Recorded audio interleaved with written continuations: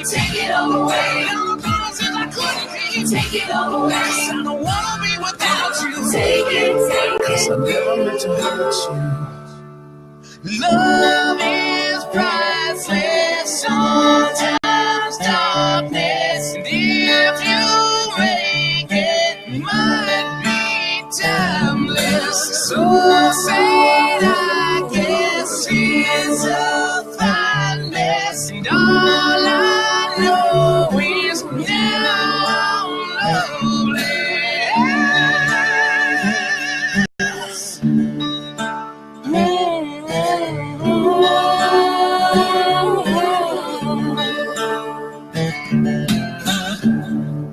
I'm loveless. Take it all away. Take the pain and the sorrow. Take it all away. Be a brand new tomorrow. Take it all away. The man that you once knew. Take it. Don't know what I'll do. Take it all away. For the ones that are so deep. Take it all away. All the moments that I couldn't keep. Take it all away. I don't wanna be without you. Take it. 'Cause I never meant to hurt you.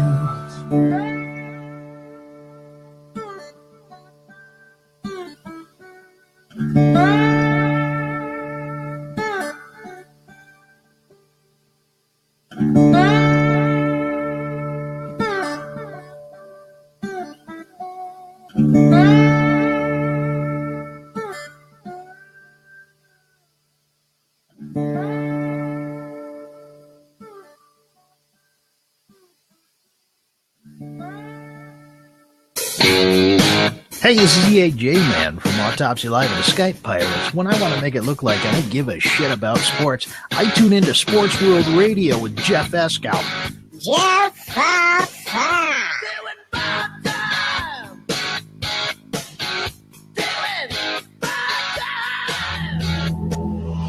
Looking for the inside track on everything sports? You've come to the right place. Welcome to Sports World Radio, the fastest 2 hours of sports talk on the internet with your hosts, Jeff Escow and Elliot Big E Lomba. What's up, everybody? How's everybody doing? Glad everybody could be here. Welcome to Sports World Radio. I am your host, Jeff Escow. This is the sports talk for real sports fans each and every Monday through Friday, 6 o'clock on the East, 3 o'clock on the West. And if you live in the Central, figure it out for yourself because I don't live there. So just figure it out for yourself.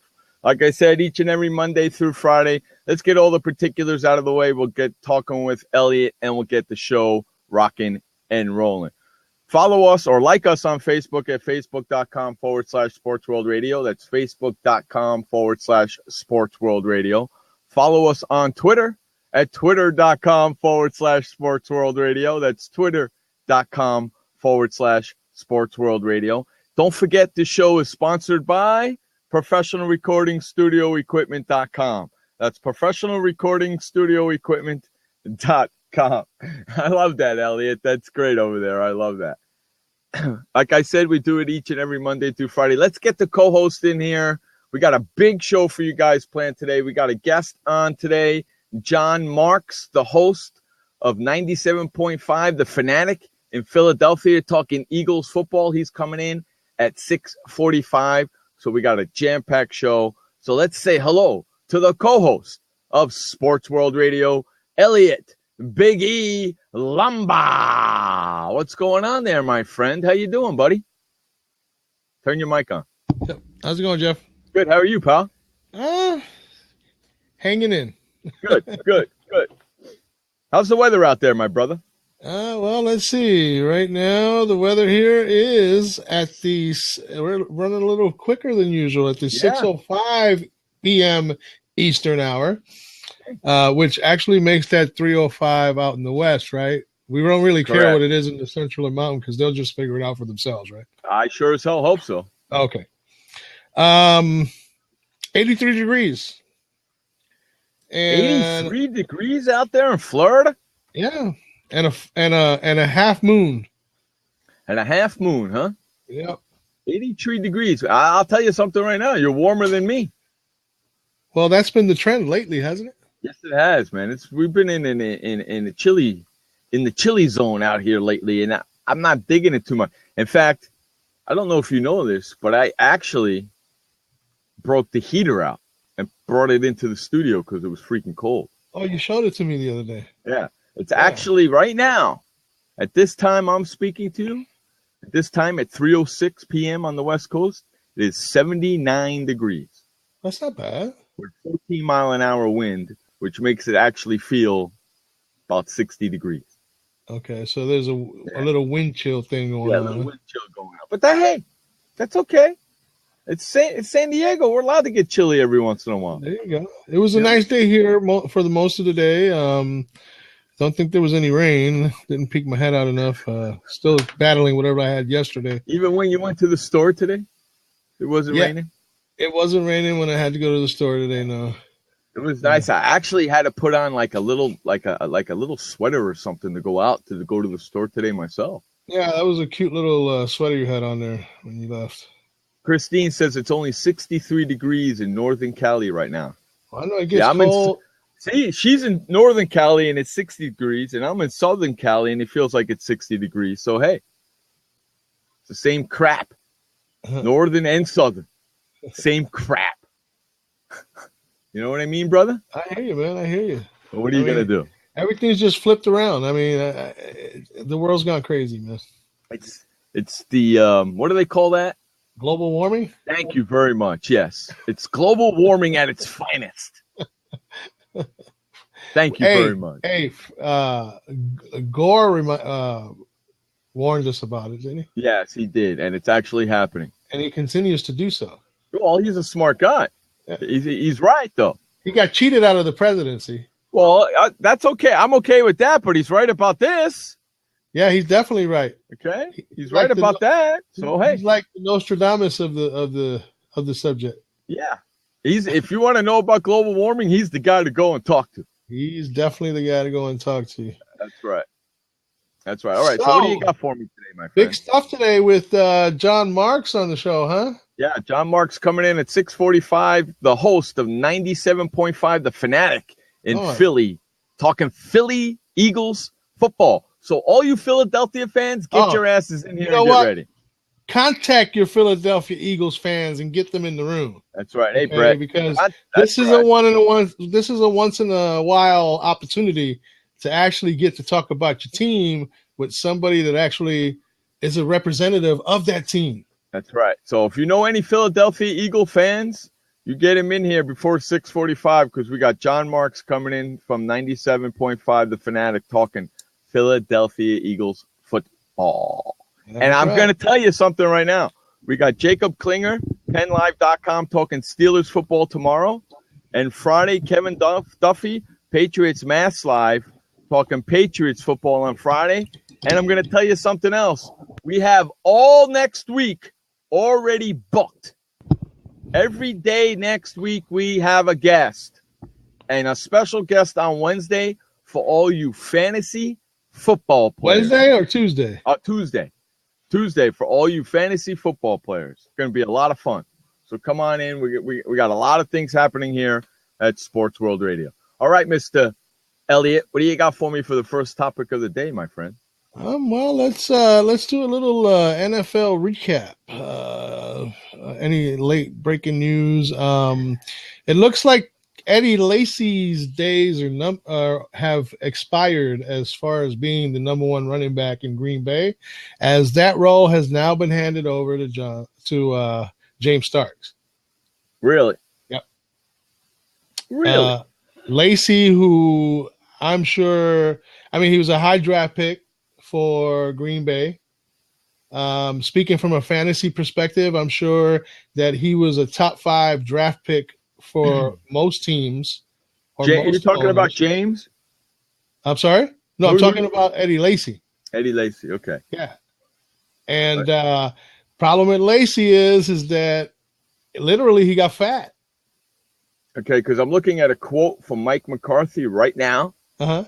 And it says, I say James is our number one back right now. He's played very well, and he's earned that opportunity.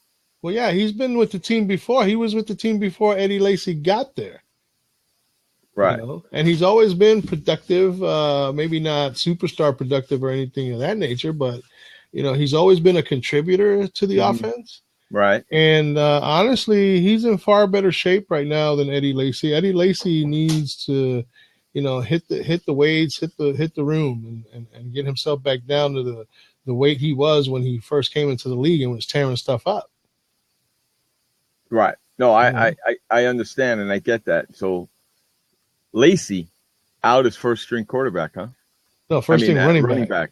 First string running back. The number one running back is no longer Eddie Lacy in Green Bay. It is now James Starks. Yep. James Starks is getting the gig, huh? You think that's going to help? That's going to help Aaron Rodgers out? Yeah, because if here's the thing is if your running back is not effective, your passing game will not be very effective either. Okay. Because they don't have to crowd the box to protect against the run. The defense. Correct. When they don't have to crowd the box, they can provide more coverage in the secondary, shutting down the passing game. Correct. Lacy is no longer able to provide that type of skill. Right. Because he's gotten fat and he can't move. Because he's gotten fat. If you see pictures of him from when he first came in and today, he's kind of big. He's basically obese right now. Yeah, he's kind of big. Yeah, he's huge. Mm-hmm. And you can tell when he runs. It takes him a little time. It takes time to get that truck going. Correct. Like any truck, it takes a while to get it going. Correct. And but Starks is in shape. He's a veteran in this league. Never been really a star, but he's been a formidable player. And that's why now, McCarthy's right. He's done everything over the years to finally get the opportunity to be the number one guy. Well, courtesy of Eddie Lacy. Well, let's hope that James can take it and roll with it, because as of right now, Green Bay is on a little bit of a cold streak. They are, but I think that'll come to an end pretty soon. They're playing Detroit this week. Yeah. So I think the cold streak might be over and done with. Well, let's hope so. All right, next up, interesting news out of Denver, as Gary Kubiak told reporters that Peyton Manning sat out Wednesday's practice because of a sore foot that has bothered the 39-year-old quarterback for a couple of weeks. Aww. Kubiak said that Manning came out of Sunday's defeat really sore after playing on the field turf at Lucas Oil Stadium. The Broncos expect him to return to practice on Thursday. Yeah, I'm sure they do. What else are they going to say? Exactly. What else are they supposed to say? Of course they're supposed to say that. Why report the sore foot if it's no big deal, right? Correct. And I'm sure that's not the first time he set out practice before. No. I mean, players sit out practice just for the sake of sitting out practice. I agree with you, Brett. Excuses. Get that's there all and they play. do. Get in there and play. And the more money they make, the more excuses they come up Correct. with. Bunch of prima donnas, man. What happened to the old days when they used to freaking play with a broken hand, broken fingers? You know what I mean? Oh, now they're all a bunch of prima play with donnas. broken legs. Yeah, now they're a bunch of prima donnas. They get a hang now. They got to sit out 6 weeks. Yep. So, you think a broken collarbone would stop Jack Ham? Hell no. No. Jack Lambert? Are you kidding me? No way. That dude was a beast. You think it would have stopped, what's his face? Too Tall Ed Jones? Who was the guy that played with his arm wrapped and he played with one hand in that one game? Long time ago. Yeah, I have a vision of what you're talking about. You have that vision, right? I have a vision of what you're talking about. I just can't pull it. They don't do that no more, right? No, they don't. They don't do that no more, right? Not at all. Who is the big dude for Pittsburgh Steelers? What was his name? The guy with the through the jersey and Mean Joe Green. Yeah. Mean Joe Green. You think Mean Joe Green would have played hurt? Mean Joe Green played hurt every single game. Yep. Broken foot, broken arm. He don't care. All he did was drink a Coke and he was straight. He don't care. Broken collarbone. He's playing. Guys are a bunch of pansies, bunch of prima donnas now. Yep, they sure are. They're getting paid millions and millions of dollars, and they're a bunch of prima donnas. Oh, I gotta hang now. I gotta sit out 6 weeks. Okay, so here I'm gonna just run off the schedule really fast for this week, just to give an idea as to what we got facing us. Buffalo and the Jets on Thursday. Okay. First game of the day on Sunday is Jacksonville at Baltimore. That's another good one there, right? Detroit takes their sacrificial lamb act over to Green Bay. Careful, your lips might fall off. Miami is going to visit the Eagles. Yeah, that's another bad game. Cleveland at Pittsburgh. Now, word has it. Now, let me ask you what you think of this statement as it is quoted. Okay. Mm-hmm. Josh McClown will be the starting quarterback if he's healthy. Okay.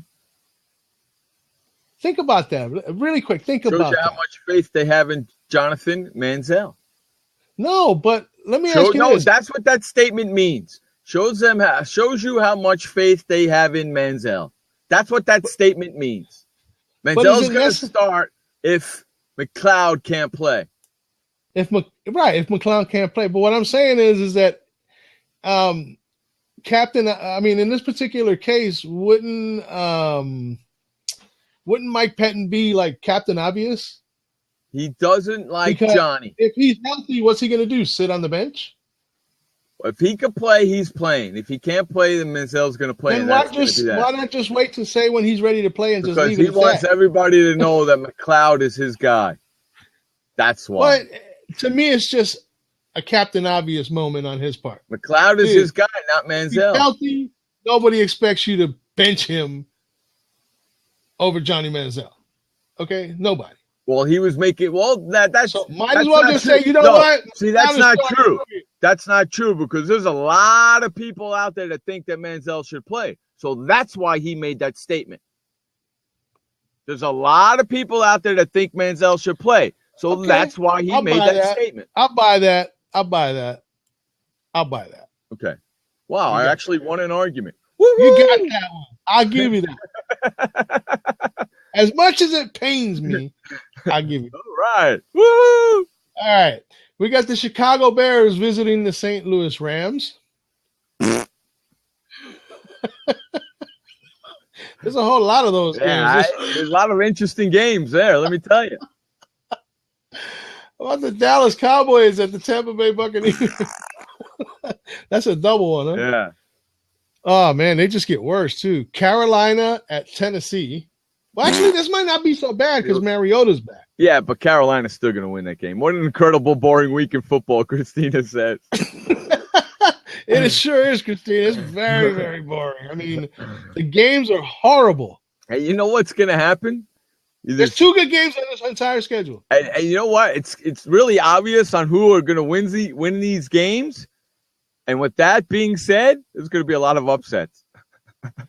You know what? That's trendy. That's the way it trends sometimes, you know? I know. Minnesota versus Oakland? No. You just jumped ahead. New Orleans versus Washington. Now Minnesota and Oakland. There you go. Thank you. Okay, from a division rivalry perspective, this might not be such a bad game. Kansas City and Denver. That might not be such a bad game there because it's totally 100% a division rivalry. And on top of that, Aqib Talib is serving his 1-game suspension in this game. And where's that game at? In Denver? In Denver, but the Denver defense is now weakened a little bit. Correct. And Manning sat out. Manning sat out to practice. But they don't have a Tamba Ali, though, does Kansas City, correct? I'm not sure. I didn't see him on the injury report, which I'm going to go over here in a little while. Okay. I'll run over the injury report. I didn't see him when I went through it, but they might have updated it since the last time I looked. Yes, Brett. Them two always play hard.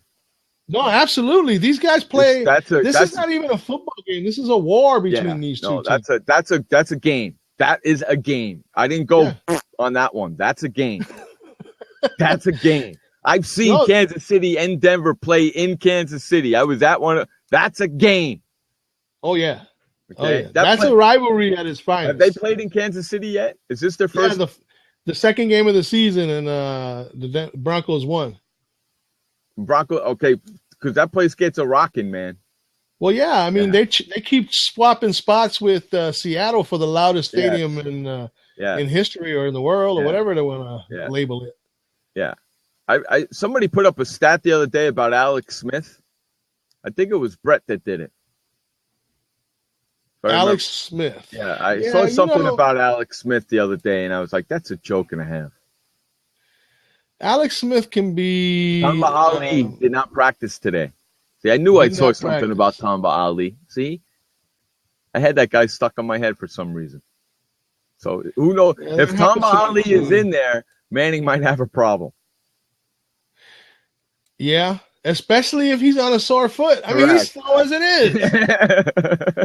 Hey, breaking news. Peyton Manning just got slower. Right.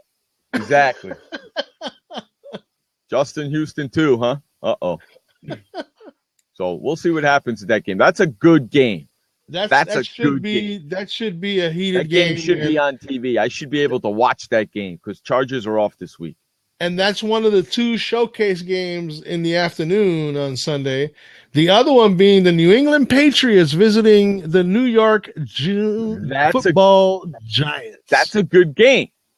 You notice I didn't give it the old game on that one either. That's a good game. No, you can't. That one you cannot. No, that's a good. Those last 2 games you just mentioned, those are football games. when this game is made on the schedule, everybody circles the calendar. Everybody, not just the Giants and the the Patriots. Everybody. Everybody. Right. Because I wish the Giants were playing better, though. I mean, this is a battle of the Titans, basically. I wish the Giants were playing better, though. Well, so do I, but the Giants, even when they went on their Super Bowl runs, they didn't look like they wouldn't do much of anything. Actually, matter of fact, they look worse than what they do right now. And they went on and did what some consider the impossible against New England. Correct. Two times. Correct. 2 times. 2 times. These guys are not in the same division. They're not in the same conference, but they have one of the hottest rivalries in football. Right. And as long as Manning and Brady are still playing, those guys are going to live off each other in that rivalry. It's going to be nuts. You know what I'm saying? It's going to be nuts. So, all right. The next game, Sunday night. This should be a real good one, too. The Arizona Cardinals visit the Seattle Seahawks, another division game up in the Northwest where the 12th man will be raring to go. What do you think? That's not a bad game either, Seattle and Arizona. Yeah, the best games are the last games. What is that, the Sunday night game or the Monday night game? That's the Sunday night game. You don't want to see the Monday night game. See, why does NFL use their flex schedule for this? Huh? Houston Texans visit the Cincinnati Bengals on Monday Night Football. I just make that a regular Sunday game, put the Giants-England game on Sunday night, put the Arizona-Seattle game on Monday night. Yeah, that makes sense. Why do I got to work for the NFL and figure this out? Huh? Put the Giant Pats game on Sunday night, and put the freaking other game on Monday night. Hey, Will, what's up? But wait a minute. Now that Andrew Luck is gone, yeah, right? We talked about this yesterday, right? Doesn't that all of a sudden open the door for teams like Houston? I don't know. I'm thinking maybe Tennessee? Matt Hasselbeck might do his thing over there. You think? I'm thinking so. Hey, coming up in about 20 minutes, we're going to have John Marks of 97.5, the Fanatic, talking Eagles football. So get ready for that. And he's coming on Blab, so get ready for that. Get your Eagle questions ready and get all your Eagle friends on in here. I'm just not sure about that Monday night game. I know. Why are they? They should take that Cincinnati-Houston game, just make it a regular Sunday game, put the Sunday night game for the Giant-New England game, and make the Monday night game the Seattle-Arizona game. Why do I need to figure it out for the NFL? What the hell's the matter with them? Huh? I don't know, man. Roger Goodell, you need to hire me. All I know is I have an option. What's the option? Because WWE comes on at the same time out here on the East Coast. Well, that's why I want the Giant game on Sunday night. Because I don't care about the Monday night game. That's exactly. So the Monday night game, I'll be able to watch Monday Night Raw instead of wasting my time watching a football game between Houston and Cincinnati. It doesn't matter to me because Monday night, the game starts at 5:30 for me, and wrestling don't start till 8 o'clock. So by the time wrestling starts, the game's almost over anyway. Exactly. That's fine. But I have that. So, I have what I consider the better option. Well, that's fine. So you're still doing it my way anyway. So I'm okay with that. I'm okay with that. Yeah. But you have to actually sit through the game before you can watch wrestling. I don't have to sit through the game. No, I don't either. I just won't put it on. There you go. So go to sleep. Watch some Blue Bloods reruns or something. No, I'll go and watch some Friends and then some MASH, and then I'll put on wrestling, and I'll be done. Ready to go. Okay, let's take a look at the injury report real quick for this week. Who's hurt?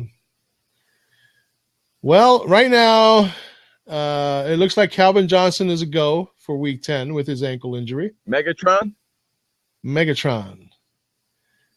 He exited the Lions last game. You might as well just sit out the rest of the season because your team sucks.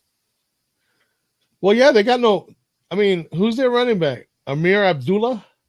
Just sit out the rest And of the Theo season. Riddick. Your team stinks. Yeah, they're bad. They're really bad. Why risk getting hurt anymore? Just sit out. Well, I mean, is it time?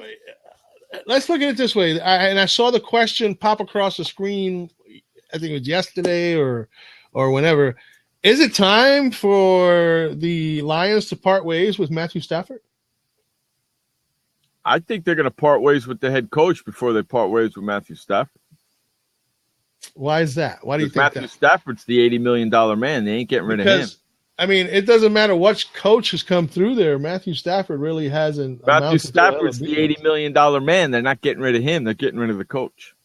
Well, it depends. If they've already obligated to the guaranteed part of his contract, they could get rid of him and not have to pay him the rest.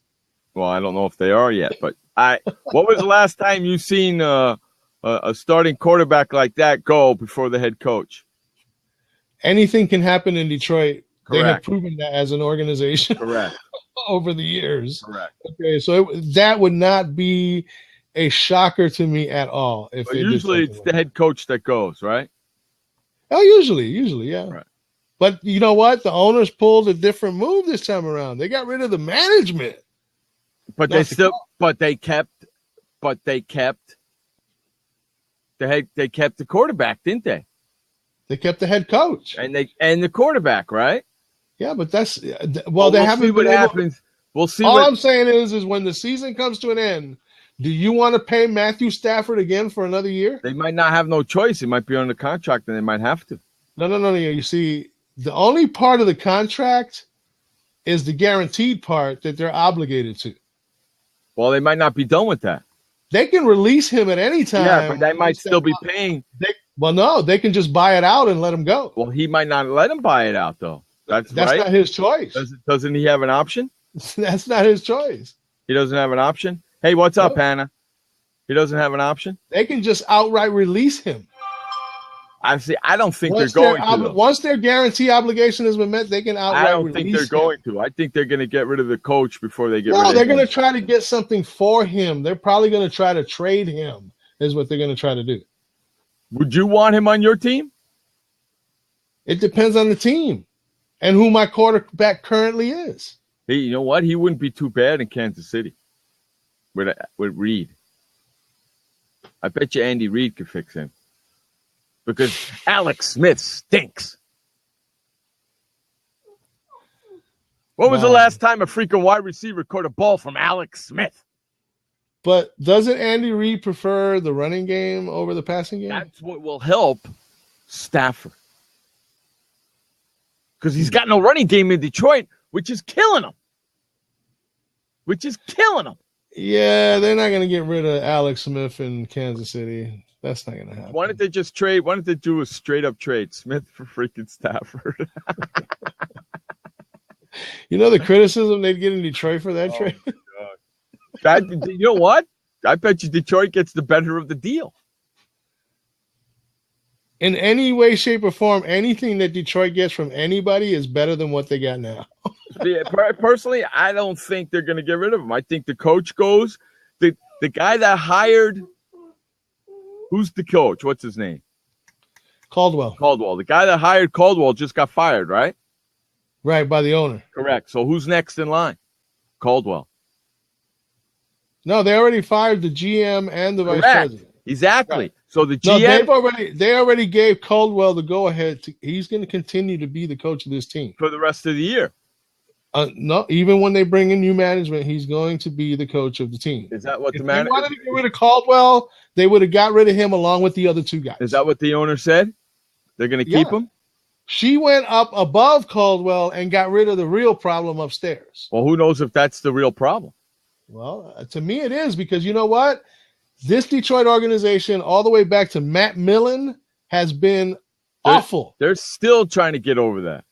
Okay? And they're never going to get over that as long as they have ham and eggers like these two guys that were in there just recently, because they didn't do anything to improve the situation any as well. Correct. Hey, don't forget, coming up at 6:45 Eastern, John Marks, the host of 97.5, The Fanatic in Philadelphia, talking Eagles football. So tell all your friends to come on in who are Eagle fans and get ready with their questions. All right, let's go ahead and get to the rest of the injury report before it's time for the first update. The rest of the report goes like this. Des Bryant didn't practice after tweaking his knee on his 18-yard touchdown catch during Sunday's loss to the Eagles. Cowboys linebacker Sean Lee told reporters he has not been cleared from concussion protocol yet, so he is also questionable. The Just placed guard Willie Colon on season-ending IR and activated D. Milliner from the IR boomerang list. Antonio Cromartie IR boomerang list? The boomerang list. They call it the boomerang because it gives you the option to come back. Boomerang. Yeah. It's the injury reserve with the option to come back. Unbelievable. Yeah. So that's why they call it the boomerang. But anyway, Antonio Cromartie quad did not practice and is doubtful to play this Thursday against the Buffalo Bills. Cornerback Buster Screen, shoulder in hand, was limited in practice and is questionable play as well. Calvin Pryor, ankle has been ruled out. Now, we just talked about this guy. Eddie Lacy was limited by a groin injury, but Coach Mike McCarthy says he thinks the running back will be full go for Sunday's game. McCarthy also noted that James Starks has become the team's number one running back, but they'll continue to go with a dual attack on the ground. Linebacker Clay Matthews, ankle back, TJ Lang with a back problem, Sam Shields, and Ty Montgomery were all limited in practice. Ravens tight end Dennis Pitta is going on injured reserve. So basically his season's done, and his hip has not been responding from the injury he had last year. Josh McCown was limited in practice as he continues to heal from that rib injury that kept him out of Thursday night's loss to the Bengals. The veteran told the media he's feeling better and still hopes he can play Sunday against San Francisco. Hey, Inky. Cornerback Joe Hayden remains in the league's concussion protocol. What's up, Inky? We got the Titans activating rookie running back David Cobb from the boomerang. Mm-hmm. Cobb was sidelined first half of the season with a calf injury after looking like the most promising Tennessee running back in the preseason. Panthers defensive end Charles Johnson is practicing for the first time since returning from IR boomerang. Johnson has been dealing with a hamstring injury. I hate that. You like that boomerang shit? I hate that boomerang. I got your boomerang. Linebacker Luke Kuechly did not practice today for the Panthers as well. Veterans Charger wideout Malcolm Floyd will attempt to play after suffering a torn labrum on Monday night. Oof. Really? That's pretty gutsy. I don't know how smart it is, but it's pretty gutsy. Teddy Bridgewater is progressing nicely. He's going through the protocol still. The second-year signal caller was limited and went through light work on the field, but did not talk to the media as he still works through the concussion protocol. Come on. Bills running back LaShawn McCoy shoulder, Sammy Watkins ankle, and defensive end Mario Williams calf are all officially probable for Thursday's game. Yeah, so Bears running back Matt Forte, with his knee issue, was a limited participant in practice. Peyton Manning is nursing a sore foot and did not practice on Wednesday. However, Broncos coach Gary Kubiak told reporters he expects Manning to practice on Thursday. Patriots guards Mark Cannon and Trey Jackson, linebacker Jamie Collins, and offensive tackle Sebastian Vollmer all didn't practice, and wideout Julian Edelman with a knee was limited.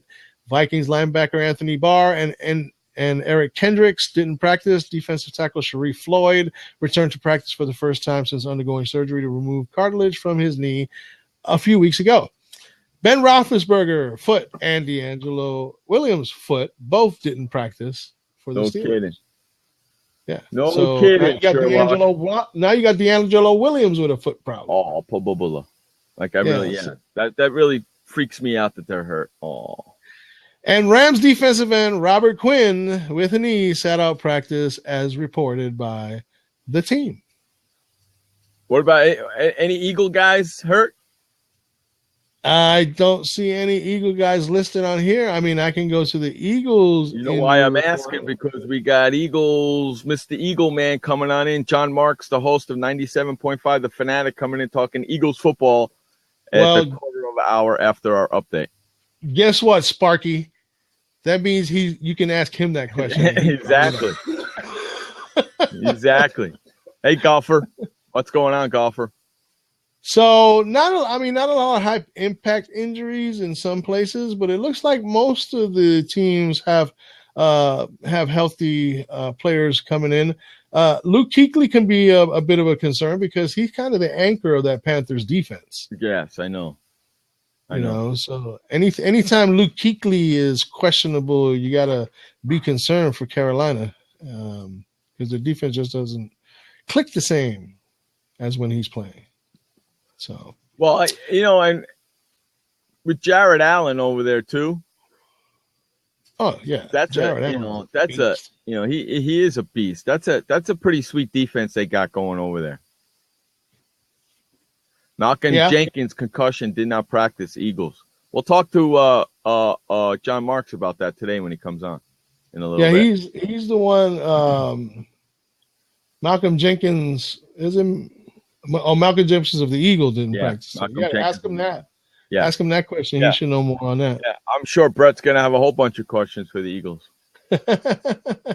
I'm sure he's raring to go and ready for the Eagles question. I'm totally positive that he is. Yeah. I'm sure he's ready to go. Too bad, right. All right. So what else you got for me, buddy? It looks like it's time for that update time. Let's run to the update. It's time for that update. And on the other side of this update, we're gonna have John Marks, 97.5, the Fanatic, coming on in to talk to us about the Eagles and Philadelphia Eagles football. So get ready for that. This update is brought to you by the Flipper. Head on over to flipperflipper.com and get your Flipper today, and never ever touch your toilet seat ever again. It's the Flipper, and it's at flipperflipper.com. Take it away, Big E Elliott Lombard, with the first update of the day, my friend. Thanks a lot, Jeff. Boys and girls, it's now 40 minutes past the 6 o'clock hour on this Wednesday, November 11th, 2015. For Sports World Radio, I am the co-host, Elliott Big E Lombard, bringing you the first SWR update of the day. We've already covered NFL news, so we'll go ahead and skip right ahead to the NBA. In Cleveland, LeBron James flexed his muscle on Tuesday night. Then he led the Cavaliers to their 7th straight win. James tied a season high with 31 points, including 17 to spark a fourth quarter comeback, and Cleveland rallied for a 114 victory over the Utah Jazz. In the nation's capital, Kevin Durant drove towards the basket late in the first half Tuesday night, elevated, and got fouled. When the play was over, the 2013-14 NBA MVP limped a bit around the court and clutched at his strained left hamstring.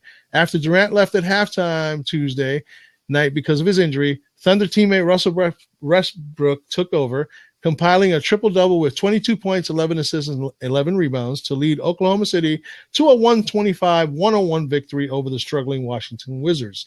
Durant, second in the NBA in scoring, entering the night, had 14 points and 10 rebounds in the first half.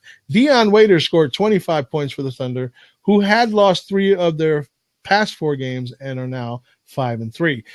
Down in Miami, Chris Bosh scored a season-high 30 points and grabbed 11 rebounds. Hassan Whiteside had 19 points and 15 rebounds in only 27 minutes of work. And the Heat pulled away in the second half to beat the Los Angeles Lakers 101-88. Luol Deng scored 14 and Wade added 12 for Miami. The Heat led 50-49 at the break, then by as many as 18 later on against the Lakers team that was without Bryant for the first time this season. In Toronto, while the New York Knicks credited Carmelo Anthony's leadership, the Toronto Raptors had questions about his foot, specifically whether it was out of bounds on a pivotal play in the game. The referees instead called Raptors point guard Kyle Lowry for a foul on Lance Thomas, the recipient of Anthony's subsequent pass, with the Knicks leading by 1. Thomas converted both free throws with 17.2 seconds remaining, and the Knicks held on to hand the Raptors their first home loss of the season, 111-109. In Milwaukee, Isaiah Thomas scored 20 points to lead Boston to a 99-83 victory over the Milwaukee Bucks. David Lee and Evan Turner each added 13 points, and Jared Sullinger finished with 11 points and 10 rebounds for the Celtics. In Minneapolis, Jeremy Lin scored 19 points, and Jeremy Lamb added 18 to lead the Hornets to a 104-95 victory over the Minnesota Timberwolves. In New Orleans, Anthony Davis scored 17 points before leaving at halftime with a bruised right hip, and the Pelicans beat the Dallas Mavericks 120-105 for their first victory of the season. In the NHL last night, there were 12 games. I'm going to run them off real quick. St. Louis Blues defeated the Jersey Devils 2-0. In Madison Square Garden, the Rangers beat the Carolina Hurricane 3-0. The Colorado Avalanche went into Philadelphia and beat the Flyers 4-0. The Vancouver Canucks 5, the Blue Jackets 3. The Washington Capitals went into Joe Louis Arena in Detroit last night and lost 1-0 to the Red Wings. The Sabres defeated the Lightning in Tampa 4-1. Panthers over the Flames 4-3 at home. Predators at home 7-5 over the Senators. The Winnipeg Jets lost to the Minnesota Wild in Minnesota 5-3. The Toronto Maple Leafs 3, the Dallas Stars 2, and the Arizona Coyotes defeated the Los Angeles Kings 3-2, and the final game of the night was New York Islanders defeating the San Jose Sharks by the final of 4-2. This update was brought to you by the Flipper. Now, just imagine, folks, never having to touch your toilet seat with either of your hands ever again. Well, that's exactly what you'll have when you get your hands on the Flipper. For more information on this must-own sanitary device and to get one of your own, visit flipperflipper.com. Once again, that's flipperflipper.com. And once again, I am your co-host, Elliot Biggie Lumba, on the show that delivers real sports talk for real sports fans. That is sportsworldradio.com. That does it for this first update of the day. Joining Jeff and I next will be John Marks, writer, or actually host of the 97.5 The Fanatic Show in Philadelphia, here to talk some Eagles football. Now let's get it back over to you, Jeff, for more of Sports World Radio. All right, welcome back to Sports World Radio. We do this each and every Monday through Friday, 6 p.m. in the East, 3 p.m. in the West. And if you live in the Central, figure it out for yourself because neither of us live there. Joining us right now is John Marks, the host of 97.5 The Fanatic in Philadelphia, covering the Philadelphia Eagles. Hey, John, how's it going, buddy? What's up, guys? What's going on? Hey, thank you so much for joining us here on Sports World Radio and on Blab. We really appreciate your time. This is cool. Yes, we do. I like this. You like this, huh? Yeah, pretty cool. This is how we do our shows now, my friend. Very good, man. What's going on? Nothing much. How are you doing? Well, when did we talk? Right before the beginning of the season, I guess? Yes, we did. First of all, how's the weather out there, first of all? It is 60, I think it was today. It's a little bit cool at night. It's been what it's like in November. It gets down a couple times. I've had to turn the heater on in the car to get the windshield defrosted a little bit, but not cold yet, but it's getting there. Well, not bad. We're about 65, and I'm in San Diego. Yeah, well, you got the best weather in the world. Oh, it's a little chilly out here now for us. 65 is a little chilly for me. Yeah. I don't like that. I know. Once the sun goes down, it gets chilly in San Diego. Yes. This time of the year it does. This time of the year it does. Yeah, so the last time we spoke was right before the season started, and we had some fun with that. Now that the season's going, give us your impression of what the Philadelphia Eagles are trying to do. Well, they're about as average a football team as you're going to find so far, really, through halfway through the season. And there's a number of different ways you can look at it. From they haven't had, first of all, their offensive line has had trouble staying healthy, and the replacements they had for the guys that they got rid of really didn't perform well early on. They had a high turnover for this team. So they had a new running back, they had new wide receivers, they have a new quarterback, they have new offensive lines. So I think a lot of people in Philadelphia and across the NFL just thought because Chip has had such success so far in the NFL coming in right out of college that it was going to continue in year 3, and they struggled a little bit. You're still looking for continuity along the offensive line. You're still looking for really them to get healthy. So it through 8 games at 4-4, and you have a 3-game stretch coming up here where you're playing Miami, Tampa Bay, and then Detroit on Thanksgiving Day. There's 3 very winnable games. The first 2 are at home. So right. The way I look at this season so far is that it's very much a work in progress, and you're almost happy that just because you're at square one, you're 4-4. Now you kind of look forward and you hope that you're able to catch fire through the last 8 games coming up here. Right. Joining us right now, John Marks, 97.5, the host, the Fanatic out there in Philadelphia. We're talking Eagles football. If you guys have any questions at all, put them in the chat room, and we'll ask John all the questions you want about your Philadelphia Eagles. That's what he's here for to do today for us here on Sports World Radio. DeMarco Murray got to go play in Dallas, first time since he was sent away from Dallas. What was your impression of that, and how do you think he felt going back there playing against the Cowboys? Had his best game, had a really good game. Murray, it's pretty interesting because he really struggled. Of everybody that came to the team, and we saw Murray last year with the Cowboys, he was tremendous, had a really good offensive line. What he's seeing this year was he doesn't have these big gaping holes to run through. So you have Ryan Matthews, who you know from out there in San Diego, who can never stay healthy. But when he is healthy, he's a really good back. He's looked great this year. So you're seeing a lot of people that are saying, Ryan Matthews is the better running back. Why is DeMarco Murray getting more carries? Well, there's a couple different reasons. A, Ryan Matthews has never been able to stay healthy. So if you give him 20, 25 carries, he has a groin injury just with getting 10, 11 carries a game. And B, DeMarco Murray is getting paid a lot of money. So whether or not that should have something to do with it, it does. In the first year of a contract for a guy you just signed to big money, you just can't sit on the bench.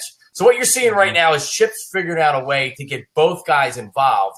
And DeMarco has not been happy so far with his workload, with his success that he's having, with his yards per carry, with his touches. Just had a great game against Dallas. So you hope now entering the second part of the year that the running attack with Chip Kelly, where, let's face it, first 2 years in the league for Chip Kelly, they were one of the best running teams in the league. That was with a good, healthy offensive line. You're not seeing a very good offensive line, at least not an above-average offensive line so far. So I think with DeMarco Murray, you're starting to see some good things, but you have a long way to go before he's going to turn into that back that you saw last year with Dallas. We got a question here from one of our listeners. Morgan asked, are the Eagles legit, or is this a fluke? I think the Eagles are a very average team. It's a very average league this year. So would surprise me if they were able to win 9 or 10 games and win the division. Dallas isn't any good without Romo. The Redskins are a train wreck, and they beat the Eagles already this year. And New York, I think, is actually overachieving. Their defense is bad. Eli's looked pretty good this year. So I look at the Eagles, and I say, just like the NFL, mediocre team, average team. They're getting better quarterback play, and I'm surprised nobody's asked about Sam Bradford yet. Bradford's looked really good the last 2 weeks. So, or he's at least looked better. This past week was his last game. But he, at one point, led the NFL in interceptions. So as the quarterback play has gotten better, the Eagles have gotten better. So, again, as you enter the second half of the season, I think the Eagles are exactly what they are. They're contending for the NFC East, and they could win a playoff game, but they're not. And Green Bay looked very ordinary this past week against Carolina. But unless they get better quarterback play against the good defenses in this league, they're a playoff team, but not much better than that. Elliot, you got a question? I don't know. He kind of covered it. I mean, I was going to ask about Bradford and, what Philly's chances are of, going – how far can they go with Bradford is the question. Well, it's a good question because let's look back on the Giants 2 separate times because Eli Manning's biggest attribute to me, there's 2 things. A, he always stays healthy, and B, he is a big game quarterback, and he's played well in the playoffs, right? I mean, you have 2 Super Bowl MVPs, so he's gotten hot when it's counted and exiting the regular season into the regular season. So I think if you're looking for a formula for the Eagles to contend in the NFC this year and make it to the Super Bowl, it's Sam Bradford and it's the rest of the team. They've looked almost like in somewhat of a fog the first half of the season. They're starting to come out of that right there. So if you're looking for how can the Eagles be that team to go to the Super Bowl coming up in January, it's the same way the Giants did it twice, which is you get hot at the end of the season, and while you weren't the best team throughout the season, come December and then into January with good quarterback play, you can do that. So Bradford's going to have to step up, but unlike in years past with this Eagles team, the defense is actually playing pretty well. If you're just joining us here, we have John Marks, the host of 97.5, The Fanatic in Philly, and we're talking Eagles football here. Morgan's asked you, would you want Cape, or how do you pronounce that? Is it Cape? Kaepernick. Kaepernick as the Eagles quarterback with the system that Chip has. Well, it's one, and trust me, we've done this conversation with RG3 and Kaepernick many times, and it's, would you trade for Kaepernick? Would you give up the draft pick? Would you do this? Would you do that? Because with Chip Kelly and the offense that he at least ran in college, you think that you would want a quarterback that can run the ball a little bit. Kaepernick scares me because he's regressed every year he's been in the league. Right. Roger Jaworski called him possibly the best. He could be the best quarterback of all time coming off of his first couple years in the league. And in year 5 right now, a guy like Andy Dalton and Cam Newton. So you had Andy Dalton, Cam Newton, and Sam and Kaepernick all come out. Kaepernick looked like the best player by far the first 2-3 years. Now you're looking at Kaepernick like he can't play in the league anymore. Depending on what happens with Bradford, I'd take a shot on Kaepernick. I still think that when I watched him play in big games in the playoffs, and I know maybe the league's figured him out a little bit, I really think that he would be a guy that would really benefit from a change of scenery, like you see with a lot of people in sports. Philadelphia's not an easy place to play, and that's one of the big problems with Kaepernick. But if you're able to get him, if Bradford doesn't look good the rest of the season and you're still looking for a quarterback, I would definitely give Kaepernick a shot. Now, could Kaepernick's issues be more internal than anything ever since Jim Harbaugh left? Because I know with Harbaugh, he played his best ball. And this year he's looked as worse as he ever has throughout his career.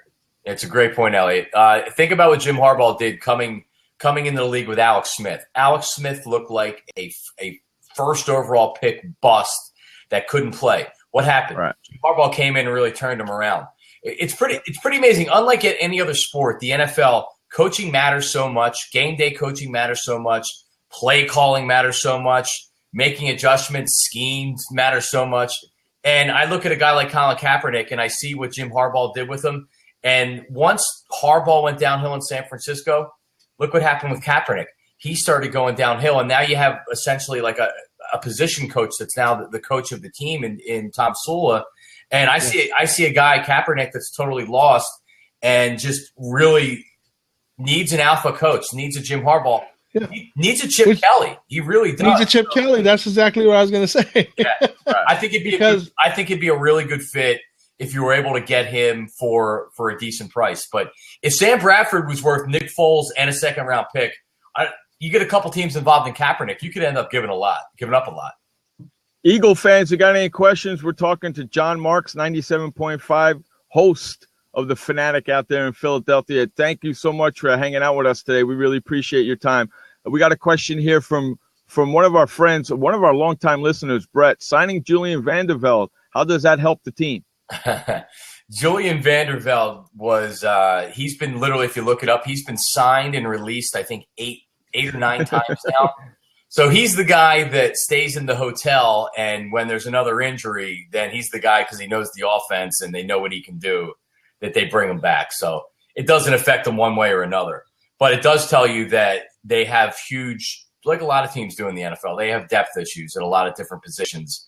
And now in particular on the defensive side of the ball, Jordan Hicks, who was their third-round pick out of Texas this year, I wasn't expecting this. The kid's a stud, inside linebacker, took an interception to the house against Dallas on Sunday night, he was probably going to make the Pro Bowl and would have been in the conversation for Rookie of the Year. He's out for the season. He tore his pec.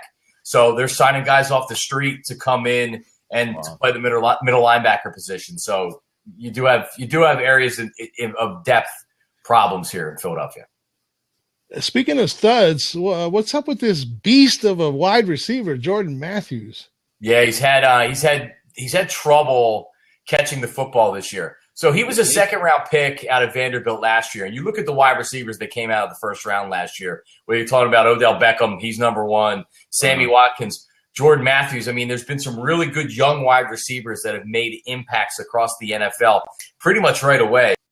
And Matthews had a really, really good season last year. So year two, you're expecting him to take that jump. The slot receiver position in the NFL today is so important, and he's really naturally a slot receiver, but he's such a big guy. They try to play him on the outside because they really don't have an outside receiver. They drafted Nelson Aguilar in the first round out of USC, and he's been hurt, and he's been ineffective, and he's really not ready to play right now. So Matthews is kind of in between playing his natural position in the slot and now just out of necessity playing the outside. So he's getting more and more comfortable. He had a really nice game against Dallas on Sunday night. So part of the problem with the Eagles and with Chip Kelly is that he hasn't replaced guys he's let go. And Jeremy Maclin went to Kansas City, and they didn't replace him. So now you have Jordan Matthews, and you have a bunch of guys, Miles Austin, Riley Cooper, and Josh Huff, who played for Chip at Oregon. Otherwise, he wouldn't even be on this team because he's not any good. Wide receiver is a huge issue with the Eagles. Jordan Matthews, you're one good guy. Okay, so you got a game coming in this week. You got playing the Miami Dolphins. They were on a high. Now they're not playing so well. What do you expect in this game coming up? Well, if you can't – so Miami, who looks better with Dan Campbell as the head coach, Tampa Bay, and then Thursday against Detroit. If you can't go 3-0 against these three teams, or I don't even want to say 2-1, but first two games are at home, Thanksgiving games obviously in Detroit. You really have to go 3-0 because then you play the Patriots, and then you have some tougher games as well after that. So if you just want to show that, hey, we're a playoff team, we're a team that's going to make it out of the NFC East, we're a team that can win a playoff game or two, you got to be bad teams to come into your own park. So this should be a desperation game. This should be a game where they mop these guys up. I know Miami's played better, but still their defense isn't very good, and Ryan Tannehill is inconsistent still for me. They can run the ball pretty well. So you have that, and then you have Jameis Winston, who's looked good with Tampa. I know he hasn't turned the ball over in a couple weeks, but if you can't beat a rookie quarterback, and again, Eagles defense is the strength of their team this year. If you can't beat these guys, if you can't go up to Detroit with a hapless, and I know it's Thanksgiving, but a bad football team with a coach that should lose his job. I know everybody else in the front office just got fired. Easy 3-game stretch coming up for the Eagles, and then you have the Patriots 4 weeks from now, and that'll be a tough game. You know something, John? Home? What was that, Elliot? Is that game at home? No, it's in Foxborough. So you got two at home and then 2 on the road. You know, we were just talking about Stafford and Caldwell over there. Who should be let go? Should it be Caldwell? Should Stafford be let go? Should it be? I've been a huge Stafford guy, but when you look around the NFL and you look at quarterbacks, and we know it here in Philadelphia because you're searching for a quarterback and you're hoping Sam Bradford's that guy. When you have a guy that has the skills, that has the arm, that can make the throws, and they're in the playoffs last year, I think you have to almost I was talking about an alpha coach before with Colin Kaepernick. You need a guy to go into Detroit that's a real offensive mind. Almost like, I don't know, Sean Payton. John Gruden's not going there, but you know what I mean. You need an offensive guy. The NFL's an offensive league. So you get a guy in there that knows what they're doing. They have some skill position guys. They have a couple good running backs. So we know Calvin Johnson, Golden Tate's up there. I can't say how Jim Caldwell makes it past this season. And I would keep Matt Stafford, and I would go forward with him because – and he's a little bit older, but remember Andy Dalton. And Andy Dalton still has to win in the playoffs because he's done nothing in the playoffs. The guy looks like an MVP this year. Right. And again, got to win in the playoffs, but Bengals fans are ready to run him out of town. I know it's the nature of the NFL, but this is season number 5, and the guy looks like a stud. So you got to try to get the right formula in the NFL, coach and quarterback. And I don't know if they have the quarterback, but they don't have the coach in Detroit. You guys have any questions for John? We're talking Philadelphia Eagles football here on Sports World Radio. We do the show each and every Monday through Friday, 6 p.m. on the East, 3 p.m. on the West. If you live somewhere in the Central, just figure it out for yourself because none of us live there. So let me go ahead, Elliot. So, John, what's the status on Jason Peters right now? Oh boy, well, so he didn't play on Sunday because he had a back injury, and when you're talking about a 35-year-old offensive lineman that's 320 pounds, and you're not just talking about a big fat guy, which he is, but you're talking about an athletic guy that really is he's so good because his footwork's so good, and he really is athletic. He was a tight end in college, and he's let a back issue. He's been, I think he was back. I heard you talking earlier about the injuries. I believe he was back at practice today. Let me look at my Eagles email right here. He was limited in practice today, so he did get out there. But Lane Johnson was their first-round draft pick, Chip Kelly's first year. And he's a right tackle who played some left tackle in college, top 5 draft pick. And he slid over to the left side where Jason Peters plays, and he had a really good game. So you do have that. Now, what happens over at right tackle is another issue, but Dennis Kelly, who filled in last week, did pretty well. But you just hope Jason Peters is able to get out there, is able to do enough because he's so skilled and he's a veteran to where guys that try to go around him, he'll just shove down. So it's definitely worth watching to see, but he looks really stiff and he's starting to look old, Jason Peters. When you get 35, that starts to happen. Absolutely. I mean, when you crouch down that much, once you start getting that big and that old, it can wear on you. Yeah, it sure can. So what's the atmosphere like in there? If the Eagles don't make the playoffs, Chip Kelly's job is fine, right? Yeah, it's fine, but it's interesting. The fans this year have taken almost a really negative tone with Chip. He could do anything. He couldn't do anything wrong with the majority of the fan base in the offseason. I mean, think about this. And I'm not saying Nick Foles is a great quarterback, but he did have a really good year 2 years ago, and he made the Pro Bowl. So in a number of years, Chip Kelly comes in. He gets rid of Deshaun Jackson, Pro Bowler, gets rid of LaShawn McCoy and Nick Foles, and doesn't re-sign Jeremy Maclin. He's a Pro Bowl guard in I can't even remember his name. He's gone already. Went to Denver. Pretty much he got rid of everybody, and he didn't replace the talent in a lot of spots. Now, he's made some other good moves, but in the NFL with Chip, if you're not winning games and you kind of – what you start to do then is like you're, all right, we're 4-4, and the Texas job might be opened up, and the USC job is going to be opened up, and this job will be opened up, and people just think that Chip is really a college coach, and once something goes wrong, that he's just going to jump for Texas or he's just going to jump for Southern Cal. And unfortunately, when you start losing, you start looking into the future, and you're like, all right, well, what's going on? We don't have a quarterback for the future. Sam Bradford's not really good. No. Chip's going to leave. He got rid of everybody. So it's a really interesting year because this is not looked at right now, and it probably won't be as a year 3 that you would think that you take the step, right? Andy Reid came here. His first year, the team wasn't good, but Donovan McNabb was there his rookie year, right? So then year 2, it's like how you build a football team in a lot of cases. Year 2, they were better. They made the playoffs. Year 3, they were even better. They made the playoffs again. And then year 4, they were in the NFC Championship game, and then they made the Super Bowl, et cetera. So you saw the building. You're not seeing that with Chip. He came right off the bat and started winning games, won 10 games his first season, and made the playoffs. So now year 3, it's almost like he took a step back. So you look at it and you say, all right, well, it's not a build like a lot of NFL teams are built, but how do you get back to where you're ascending and not descending? And I don't have a really good answer for you. It's quarterback play. And if Bradford can't consistently play well, I don't know how the hell Chip's going to win because I don't know who his quarterback's going to be. So do you think that – go ahead, Elliot. Does he still have the lowest rating of the starting quarterbacks in the NFL this season? I think he had 2 good weeks. So I don't know if he has the lowest ratings, but he had double digits in interceptions. And let's face it, Sam Bradford has never done anything in the NFL. He has a great arm. He was the first overall pick. He came out. And just watching from afar when he was with the Rams, I just didn't think he was good enough. I didn't think he was mobile enough. I didn't think I just think he wasn't good enough. And when your team trades for him and he becomes your quarterback, after the initial shock of being like, what are they doing?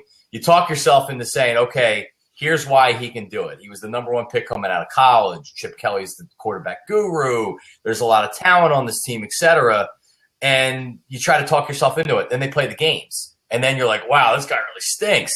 You know, he has looked better, but you guys watch the games. I mean, he looks ordinary most weeks. Can he take them to the playoffs? Yeah, well, Mark Sanchez last year was 5-4 as their quarterback. So, I think he can. This is a bad league, a mediocre league, and they have a pretty easy schedule. The NFC is just dreadful. You guys know that. So, can they win 9 or 10 games with Sam Bradford? And he stayed healthy. Yeah, they can win 9 or 10 games. So, do you think in that division, 9 or 7 will win that division? Well, the Giants have actually played. The way the Cowboys are playing, the way Washington's playing, and what Giants haven't sacked anybody all freaking year long, you think 9 and 7 can win that division? He believes so. Well, they have JPP coming back with his club hand. That's going to do a lot. Last game of the season is against the Giants. So that's probably going to determine it because the Eagles won the first game against the Giants. So if you beat them that last game, if you have the same record, you got the tiebreaker. So that honestly, that's probably going to do it. It's funny because the Redskins have had the Eagles' number. So last year, second to last week of the season, when you needed that win or you were essentially eliminating yourself from the playoffs, you let a bad Washington team beat you down in FedEx Field. So the thing with the Eagles this year and the last part of last year is there's no games that you can say that's a lock and they're going to win 100%. And Chip's first year and a half in the league, you were like, oh, that's a bad team. They'll beat them. They play down to their competition, which is not good to do in this league at all. One of our friends in the chat room sent me a message saying they need Bortles. Clearly, they need Bortles. He's a big Bortles fan. Our friend Morgan, well, and he would. Morgan, Jacksonville's not giving up Bortles. They're just not. I mean, if you look at Jacksonville, and it's funny because when Chip Kelly got hired, Gus Bradley was actually in town in Philadelphia, staying over at the owner's house, because it looked like they were going to sign Gus Bradley to be their head coach. And then Chip Kelly came back in and said, hey, I'm interested. Because they went to Chip Kelly and he talked to him and he said, nah, you know what? I don't want the job. And he came back in last minute and he said, you know what? I think I'm interested. So they let Gus Bradley leave. So he goes down to Jacksonville. I look at Jacksonville's roster, at least offensively.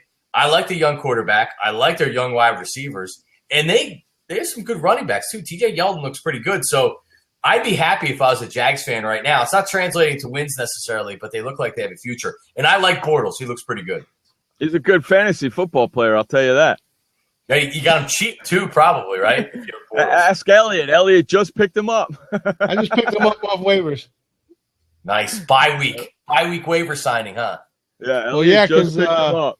Well, actually, I picked him up because, of course, Andrew Luck went down, and I had him. And my other choice was Eli Manning.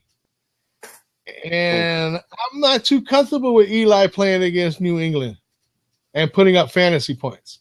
Yeah, Eli's always screwed me when I sign him for the bye week. He'll put the 2 interception, no touchdown, 133 passing yard game, and about 8 points, right? I just signed. Who did I just sign? The Cleveland quarterback, not Johnny Manziel. McClown? Yeah. I just signed. I don't even know if he's going to play, but he's playing Pittsburgh. I could see like a 350-yard game where they're just throwing it all over the place. According to the coach, he's going to play if he's healthy. Yep. Yeah, I'll sign somebody else if he's not going to go. That's fantasy football for you. That's it. You're right about that. So what's the atmosphere like there in Philadelphia with the fans now that they're starting now that they beat the Cowboys? What's the atmosphere like there? Yeah, there's no energy really at all. Really? No, you enjoy the win. Really?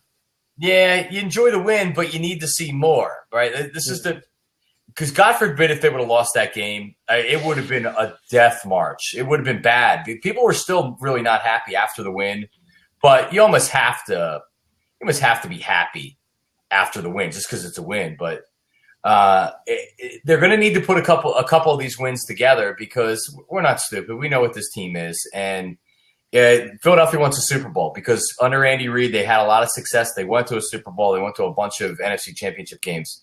But we've seen a lot of playoff teams. So getting to the playoffs doesn't mean squat. Getting a win, it's nice. It doesn't really mean squat. We want to see that this team's actually a viable contender. And right now, the smell test, it just doesn't feel like it. The team just doesn't feel like there's something missing from the team. And it can change. It can. There's a lot of football still left to be played. So that if I'm being positive, John, I'm saying a lot of football. Sam Bradford looks better. Offensive line is starting to really work together and get some continuity, and the defense is good. But that's positive, John. It's not always positive, John. So the fans are kind of skeptical, guys. Ellie, you got another question for John? Not really. I mean, I guess the only other question would be and I think you already answered this earlier, was how far do you think they can go in the playoffs under their current situation?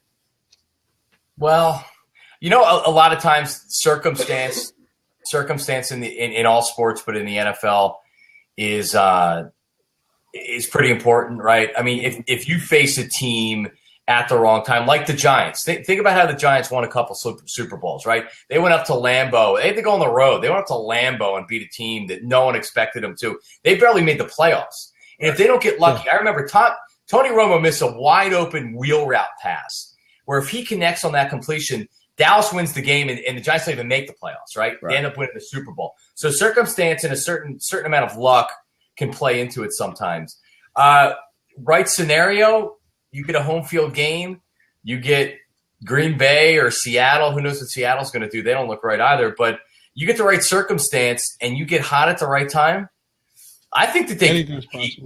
Best case, they can compete to maybe go to the Super Bowl. But you look at New England. I mean, are they even going to lose a game? They might not lose. They might not lose a game again in the regular season. I don't know how you stop them. Well, hopefully that'll happen this weekend. Well, we picked a couple games that they might lose, but hopefully that'll happen this weekend. They got the Giants, but you know how the Giants are. Their secondary stinks anyway. Yeah, their defense isn't very good, and maybe they'll get a sack this weekend. Woo! Think about Tom Brady last year. How everybody was saying he was done, and it was like, Tom Brady, he's done. Yeah. Right. And as much as I can't stand New England, you look at them and you admire them because Deion Lewis comes out of nowhere. Deion Lewis was out of the league for a couple of years. He was with the Eagles. He was an Eagles draft pick out of Pitt. He was Shady's backup, and then he took over for LaShawn after he left Pitt. But he comes in pretty much off the scrap heap, and you team him with LeGarrette Blount, and it's unbelievable. He goes down with an ACL. They'll sign some guy off the street, and Belichick will be able to bring him in, and he'll be scoring touchdowns, and we'll be trying to figure out how to pick him up before everybody else in fantasy football. You mean like Jonas Gray? Like Jonas Gray ran for 200 yards last year, and then he was late for practice, and Belichick's like, "You're dead to me," and he never played again. It's amazing. No, and he just got released today by the Miami Dolphins. I saw that. Unbelievable, you know. Huge loss. Jordan Hicks going down, huh? Yeah. So Michael Kendricks is an inside linebacker. D'Amico Ryans is an inside linebacker. Kiko Alonso is an inside linebacker. So Jordan Hicks was really the fourth guy on the depth chart, third-round draft pick out of Texas. Michael Kendricks has been hurt off and on with a hamstring issue. Kiko Alonso has never been able to stay healthy, and there's no exception this year. He's only been in a couple games. He's trying to get back on the field. And D'Amico Ryans is coming off of an Achilles. He blew out his Achilles last year, and he's on the other side of 30. So he didn't play last week. He hasn't been able to stay healthy. So Hicks comes in out of nowhere, and he has, I believe, 3 forced fumbles. He had a pick six, another interception. He has a sack, fumble recoveries. He's been one of their better defensive players. He goes down. He tore his pec on like an awkward tackle Sunday night, I believe he was taking down one of the wide receivers. And it's a huge loss because now it's like you had to sign somebody off the street to come in and play right away. So, again, with the Eagles, think about their front seven is really good. Their safeties are really good. Malcolm Jenkins came out of a concussion today. I heard you guys talking about that before. Right. So that's a big loss. They signed Maxwell from Seattle in the offseason. He's making $63 million over 6 years. He's not worth that, but he's gotten better as the year went on, and he solidified that position. So defense looks pretty good. Again, if you're looking for that formula how the Eagles win, turnover-free football out of Bradford, run the football, and the defense plays well, and they're starting to get there. $63 million over 6 years? Yeah. That's what corners get. And because he was the best guy on the market outside of Revis, and you knew he wasn't going anywure but New England or the Jets. So you had to pay to get him. You know, you almost have to overpay to get guys like that. So remember when Jarris Byrd signed with the Saints? Mm-hmm. And a lot of people in Philadelphia, because there was a need for safety, were saying, got to sign that guy. I think the Saints like that contract. He has done nothing. I mean, geez. So these big contracts, they don't work out often. They really don't. Didn't we have this conversation earlier, Jeff, about how guys they get the fat contracts and then they just get fat? And they do nothing. Exactly right. Exactly AKA, right. I mean, prime example, we talked about him earlier, Eddie Lacy. There's a great example. Him, man? You probably have him got fat team, don't you? You got fat. No, actually, you know what? It didn't matter because I chose Jamal Charles instead of Lacey, and both of them are done. I got C.J. Anderson as my first pick, so you know what I want to do with that. He's running backs, man. Hey guys, this is John Marks, 97.5, host of the Fanatic out there in Philadelphia. We're talking Eagles football. He's been nice enough to spend as much time, I guess, as he wants to hang out with us. We love having John here. You can hang out as long as you want, John. This is awesome. Well, I'm gonna do 2 more minutes, and then I'm gonna go eat dinner with my wife. Okay. But I got to figure out how what this is, man. This is unbelievable. This is called Blab. In fact, we have the owner of Blab in the room right now. Sean is in here. Hey, Sean, thank you so much. We got 97.5 Fanatic host John Marks here talking Eagles football. I'm working on Oakland writer for you guys because they're Oakland fans too. Wow. So, yeah, this is Blab. We do this 5 days a week here on Blab, and Saturdays our NFL Real Talk show. You get on with your Twitter. It was pretty easy for you to get on, wasn't it, buddy? Yeah, well, I had to get Chrome because I have a Mac. So I'm glad I checked in early. It's like, oh, you need to download Chrome, but that only took a second. I didn't know what to expect. This thing's unbelievable. It's cool. I'm gonna have to. Do something like this. There you go. Thanks for stopping in, Sean. We appreciate it, buddy. It's the new wave, the trend. That's right. This is the new format. Anybody got any questions about the Eagles? John is here to answer them for you. He's only got a couple of minutes left before he's going to go eat dinner with his wife, which he deserves it because the poor guy's been working all day long. Well, yeah, come on in with the questions, people. Well, maybe I've been talking about sports all day. So I work mornings. So I come home and I take a nap, which I did today. I took a little nap, so I feel good. There you go. See, look. Sean says, push a button and broadcast to the world. Last call on questions. VP. So, yeah, that's awesome. This is great, huh? Oh, we got a question right here. What does the average Philly fan feel about McNabb nowadays? Hey, that's a good one to go with, right? Oh man, it's too complex to talk about it. Need a whole other show for that, huh? That's a great way to go out, though, isn't it? It's as Sean says right there. It's complicated. It's like your Facebook status. It's complicated. It is with Donovan. He's the best. He's the best quarterback in franchise history, and there's no doubt about that. He was really good for a lot of years here. Chief complaint about him is he wasn't good in big games. When the light was shining the brightest, he came up small, and that was in NFC Championship games. And the same thing with Andy Reid. They were almost the same person. Like when the clock's ticking away in the fourth quarter, they're looking at each other to whether they should call timeout or not. And I think the quarterback position is an alpha position to where that quarterback and the coach, you know when to take the timeout. You rise to the occasion. But with all that being said, he was a great quarterback. He rubs some guys the wrong way. He's passive aggressive. Mm-hmm. And that always bothered a lot of people in Philadelphia. But for everything that he went through with criticism, and being a quarterback in any city is not easy, but being a quarterback in particular in Philadelphia is really, really tough.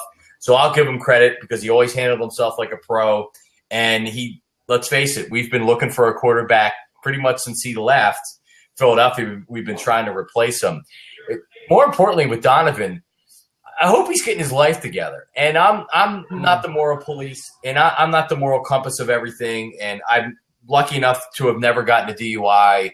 And there's probably been times where maybe I've had a little bit too much to drink and I shouldn't have driven. And I thank God that I didn't hurt anybody else and myself. And I do not drink and drive. But Donovan's got 2 under his belt now. And I know that he's doing 18 days in jail.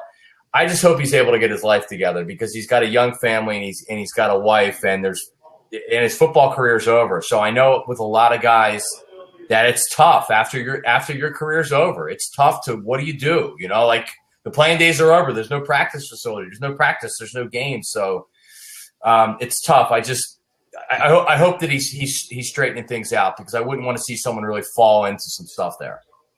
Mm-hmm.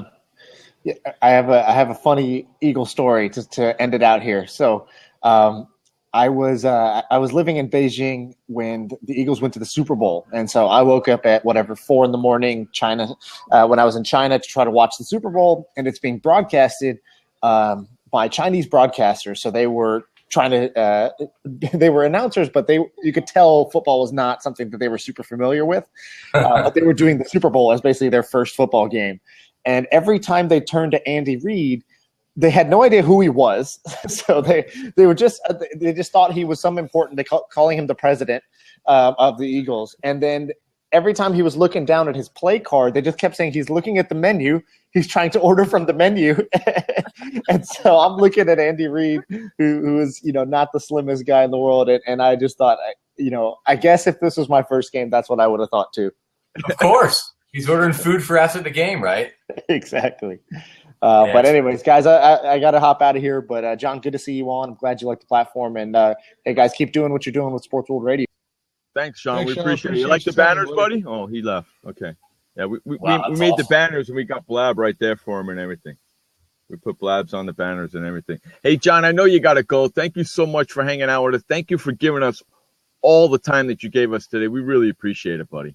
Hey, we appreciate you, John. Don't be strangers, man. Come on, hit me up. You know what? Since you said that, while I was thinking while you were here and you like this platform, is it possible we can make this a weekly thing with you? Yeah. I mean, I don't want to sit here and commit to every week because I do have stuff, but I would love to hop on with you guys every week. Absolutely. Okay, you have my email. You let me know. You let me know when you want to come on, and we'll bring you on every week if you want. All right. Done. You got it. You guys are the best. Thank you so much, John. We really appreciate your time today. We'll talk to you again really soon. John Marks, 97.5, the Fanatic in Philadelphia, just talking Eagles football.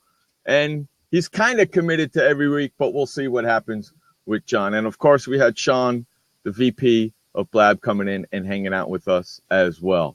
What do you got for us there, Mr. Elliott? Where are we going next? Man, I'm still a little up in the head up in the clouds over the John Marks. Huh? He was here for almost 45 minutes. Thank you so much, John. That is very awesome because you know what? It's hard enough to get someone to show up on Blab if they haven't been on it before. Mm-hmm. And you already know this because a couple have already not committed to getting on screen or on camera. But for him to come on here and give us what we usually get 20 minutes and give us almost 45. That's awesome. I mean, that dude he's aces in my book. Yeah. Yeah, that's awesome. And then he just agreed to come on almost every week with us. Come on. Hey. I may not have to say anything negative ever again about Philadelphia. Hey, thank you, John Marks, so much for coming on Sports World Radio. Again, John Marks, 97.5, the host of Fanatic, covering the Eagles, just was on here talking Philadelphia Eagles. Hey, with everybody in this room, I want to tell you, tomorrow we have Jacob Klinger coming on Blab from PennLive.com, and we're talking Steelers football. 6:45. Steelers. Jacob Klinger will be on tomorrow. Steelers fans, bring them in here. And on Friday, we have Kevin Duffy from Patriots Mass Live. He'll be on the phone lines talking Patriots football. And all next week, we have a guest on every single day next week as well. We're booked including fantasy football on Tuesday for all of you guys out there and gals that love the game of fantasy football. That's right. We got a fantasy football guy coming in next Tuesday. Hey, Sean, I know iSocial Fans is a big Pittsburgh Steeler guy. Somebody's got to get in touch with Brian Franzo and tell him that we have a Pittsburgh guy coming in tomorrow, 6:45. Just tweet him. Okay, I'll tweet him. Jacob Klinger tomorrow, 6:45, Penn Live, talking Steelers football, and he's excited to come on Blab as well. I said we're on Blab. He goes, oh, yeah, I want to go on Blab. So he's excited to come on Blab as well. We're bringing everybody to Blab, all the writers, baby. They're coming on Blab. Bring your friends, bring your questions, bring all you got because we're bringing it to you. This is what it's here for. All next week, all the writers have agreed to come on Blab. It's going to be awesome. Gerald DuBose, you owe me $200 for that freaking Oakland Raiders freaking bet. I'll send you my PayPal address, you rat hump bastard, you. Send him an invoice. That's right. You said bet the spread. I bet the spread. Take the Raiders. I took the Raiders. Well, now you owe me $200, you rat bastard. All right, that's that right there. Let's run to our final update of the day. This update is brought to you by the Flipper. Head on over to flipperflipper.com and get your Flipper today and never, ever touch your toilet seat ever again. It's the Flipper, and it's at flipperflipper.com. Take it away, Elliot, with the final update of the day. Thank you very much, Jeff. It's now 30 minutes after the hour of 7 p.m. here in the East, which just happens to make it the 4 p.m. hour in the West. For all you people out there in the Central, Mountain, and Atlantic time zones, figure it out for yourself, because that is not what I'm here to do. Now that we've cleared that up, here's the final SWR update of the day. In the NBA tonight, we have 11 games. 3 of them are actually currently underway. The first one, the New York Knicks are visiting the Charlotte Hornets. The Knicks are currently leading with 2:07 left in the first quarter by a score of 21-15. In Orlando, the Los Angeles Lakers, with 124 left in the first quarter, trail the Orlando Magic 23-21. And the Toronto Raptors are playing down in Philadelphia against the 76ers with 2:57 to go in quarter number one. That is a 21-20 76er lead going on there. And to round out the rest of the action for the night, Indiana, the Pacers visiting Boston. The New Orleans Pelicans will be making a stop in Atlanta to play the Hawks. The Los Angeles Clippers and the Dallas Mavericks will face off on ESPN. That's at 8 p.m. Eastern. Moving on, Brooklyn, the Nets will be facing the Houston Rockets in Houston tonight. Golden State Warriors, the undefeated Warriors, travel to Memphis to play the Grizzlies.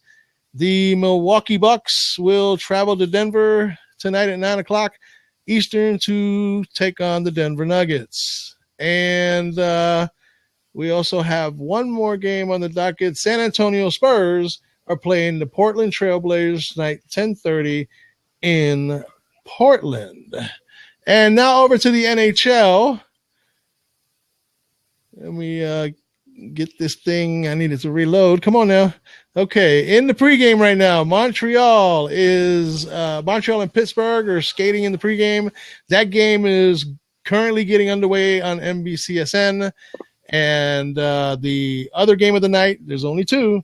Edmonton and Anaheim face off in Anaheim at 10 p.m. Okay, so this update was brought to you by the Flipper. Now, just imagine, folks, never have to touch your toilet seat with either of your hands ever again. Well, that's exactly what you will have when you get your hands on the Flipper. For more information on this must-own sanitary device and to get one of your own, visit flipperflipper.com. Once again, that's flipperflipper.com. Also, a big shout-out to Mr. John Marks for having taken the time to share his vast experience, both of football, the Philadelphia Eagles, and such.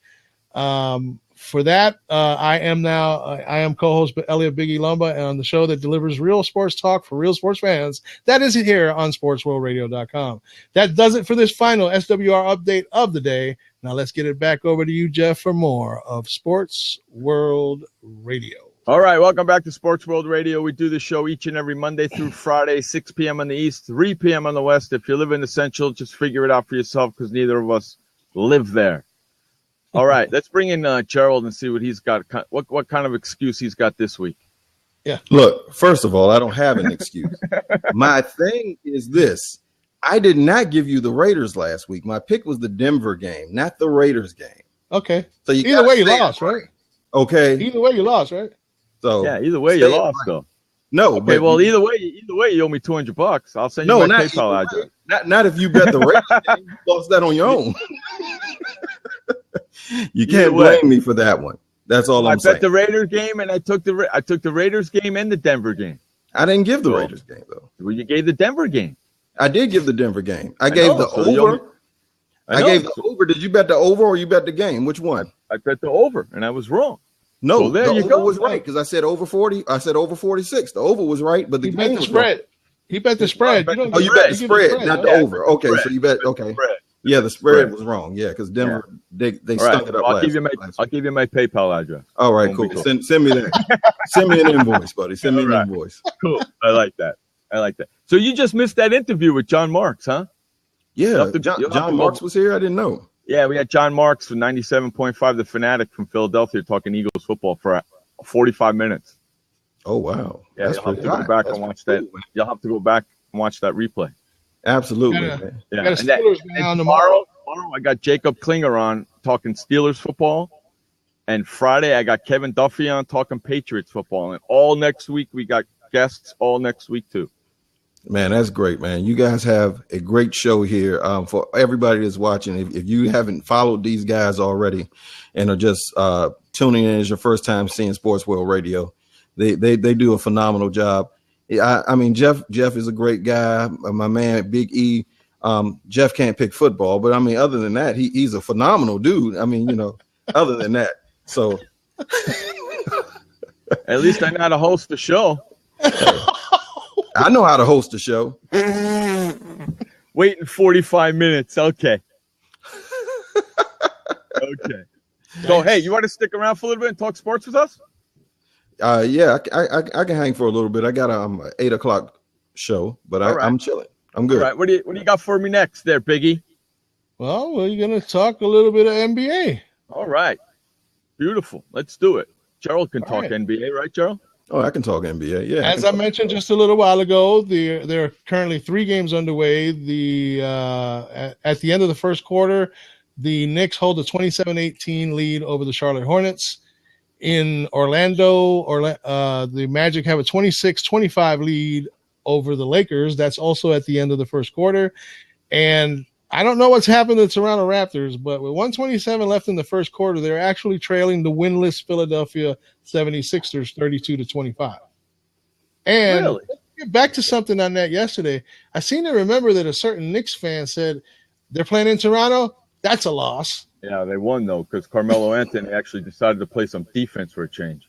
Yeah. So it was actually you that said that they were going to lose. Yeah, well, they're playing in Charlotte tonight, back-to-back games. I wonder when they're going to start complaining playing back-to-back games. I don't know. It looks like they're playing real well. Well, they complain about the back-to-back games because it's too much traveling. Listen, you're getting paid $25 million a year. Shut the hell up. What's your take on that, Gerald? I'm in total agreement with my brother Jeff. If you're making $25 million, I'm traveling anywhere. Okay. Hey, look, we got to do back-to-back flights. So what? That's what you get paid for. That's why you're getting paid the big bucks. What are you whining for? There's some babies in the NBA, man. The NBA are the biggest whiners out of everybody. It's just ridiculous. You don't hear any of the hockey players complaining about back-to-back games, do you? No, you don't even hear. You don't hear the baseball players complaining, and they do back-to-back. They do 2 games in 1 day. They do double headers. Yeah, sometimes. So you don't hear the baseball players complain. All you hear, I don't want to fly. It's too much flying. We don't want to play back-to-back. It's too much work. Shut the hell up and play. That's because the only divas aren't in the WNBA. Just play. It's Carmelo Anthony. You're getting what, $23.4 million to almost $24 million a year? Shut up and play basketball. How about that? Hey man, you know what? If I was making $25 million, I'd play back-to-back and throw in a doubleheader if you want. It's not like you're flying on a commuter airplane or anything. You're on a private freaking plane, for Christ's sakes. It's just you and the team. And beyond that, they get like masseuses and things that travel with them, so they get pampered. Yeah, you got a back-to-back game. You're going to get rubbed down, all that extra stuff, and you still whining. What are you whining for? I know. Plus, not only that, they get a per diem to eat. I'm making $24 million, but give me money. I don't want to spend my money to eat. Get the hell out of here. Hey, when you played, Gerald, and when you played football, did they give you guys per diems as well? Yeah, they gave us some per diems. Absolutely. Yeah, everybody gets a per diem to eat. When you go on the road, you get a per diem. What'd you play for again? I forgot.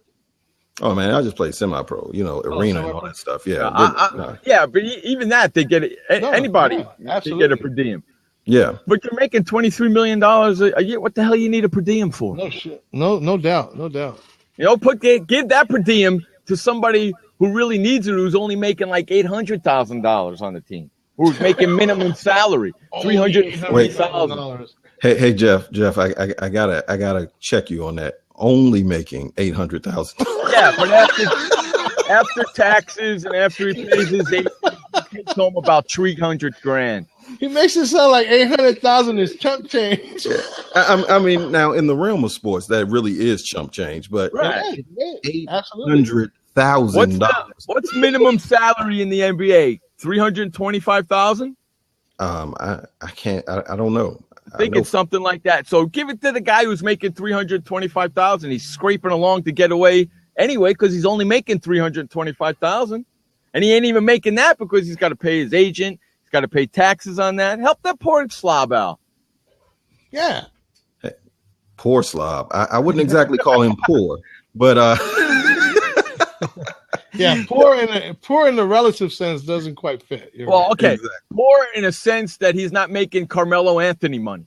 Yeah. Now, it's a lot of those guys, though. You know, so it's a lot of guys that would be poor in that case. Or LeBron James money, right?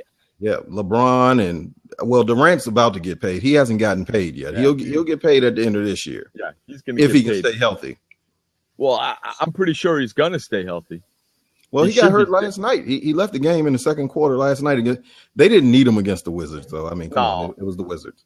But it was in Washington, right? Yeah. See, he didn't want to probably go out, though, because that's his hometown. Yeah, I know. That's where he's from. Yeah, that's right. He's a homie. You think he's going to end up there? Heck no, he's not coming back to D.C. He wants a ring, man. It's not about money. This is sentimental. He wants a ring. So does he stay in Okie-Stokey or does he go somewhere else? No, I think he's leaving Oklahoma City too. I mean, it's just I told you he's gonna wind up on the Spurs. How about that? Like everybody else does. That would not shock me. That would not shock. Somebody's got to replace those guys, right? The only problem I see, at first I was going to joke and say he'd go to Cleveland, but him and LeBron play the same position, so it would be impossible to put them there together. Somebody's got to go replace Duncan and Ginobili and those guys over there, right? I mean, you got Kawhi Leonard over there already. That's why they went and got Aldridge. Yeah, they got Aldridge. They got Kawhi Leonard. They got Aldridge to replace Duncan. Right. Danny Green. Yeah, they got Kawhi. Kawhi is kind of more of a shooting guard. They never had a great shooting guard.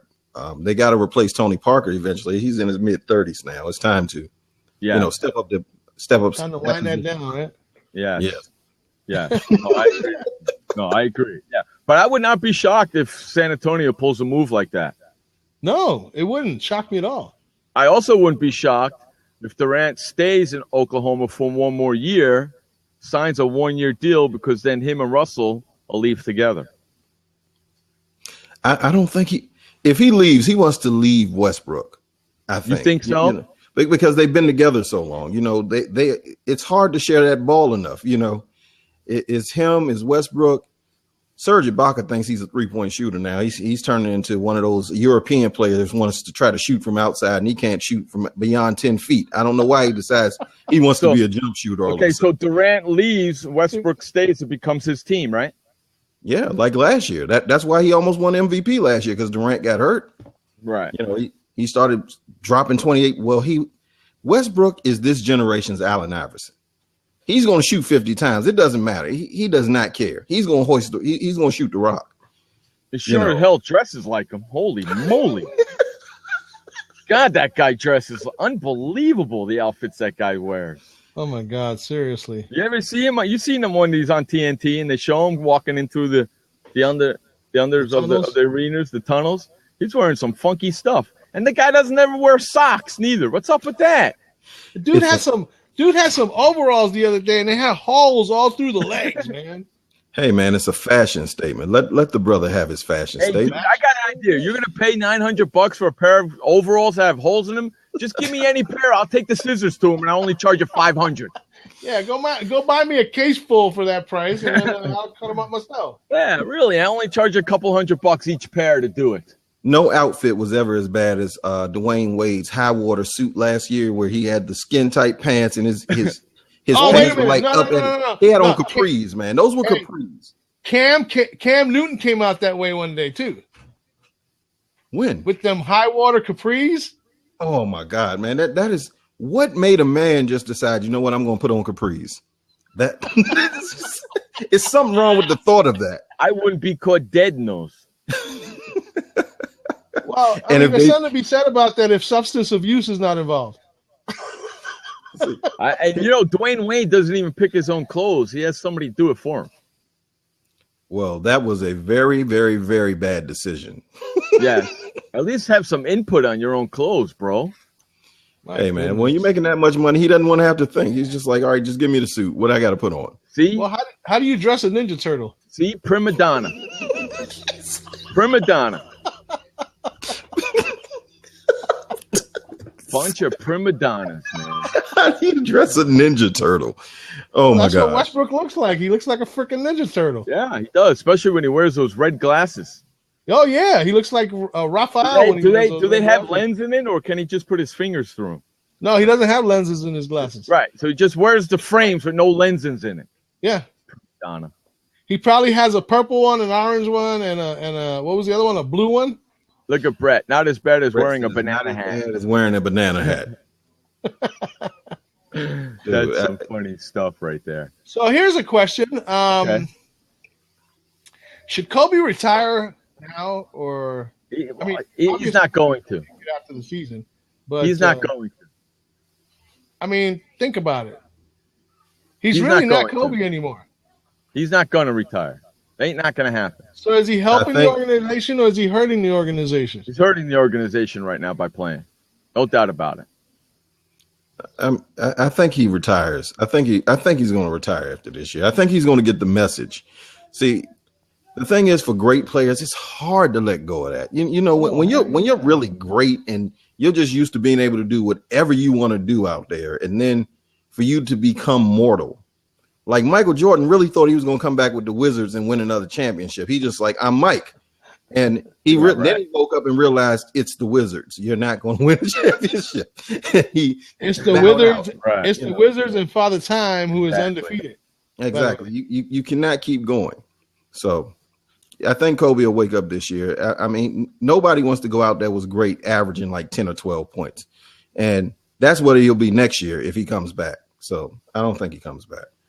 Okay, no, I think this is his last year. He's done. He's not going to retire in the middle of the season, but he'll finish out the season and then retire. Absolutely not.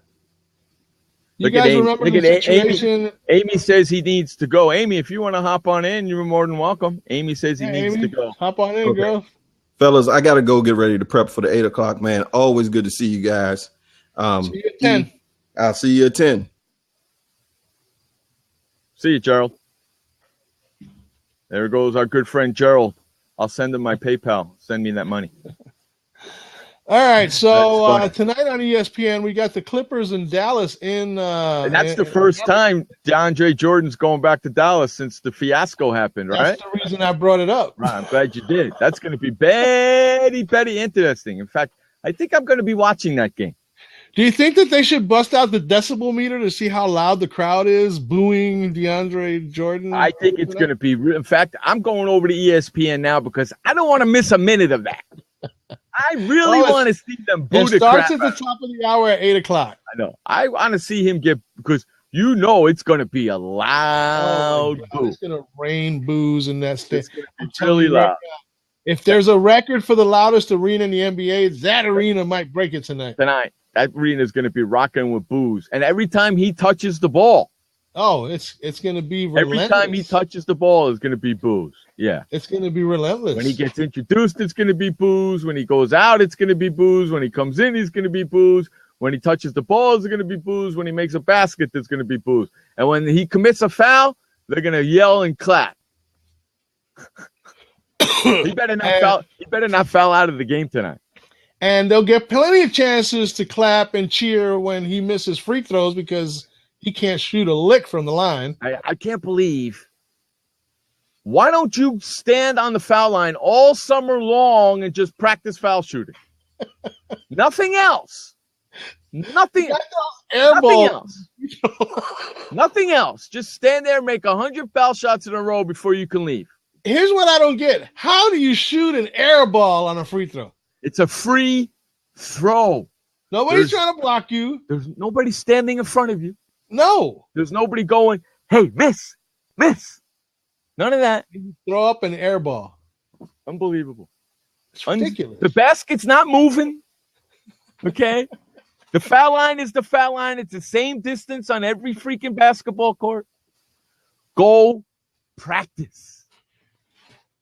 You know something? If I was the Clippers, I would have put it in my contract that he had to make 100 free throws a day before he was allowed to leave the arena. That should have been in the contract. Should have been in the fine print where he doesn't see it. Sign the contract. Oh, where you going, DeAndre? Oh, I'm going. No. See, in the contract, you have to make 100 foul shots before you're alled to leave. Get to it, mister. And you only made 3 in the last 2 hours, so let's step on it. Let's get to it, mister. Step on it, homie. Let's go. I got to go home to the wife. Let's go. Make those shots. Move it. Here's another question. Let's see how you answer this one. Will the Golden State Warriors ever lose a game? Yes, of course. What do you think? They're going to go 82-0? The way they're playing right now, man. Oh, they could. Listen, the day, okay, I'm going to make a prediction. The day that Steve Kerr comes back is the day they lose. But you know what? I think that they have a shot. If they play the way they're playing, I think they got a shot at 73-9.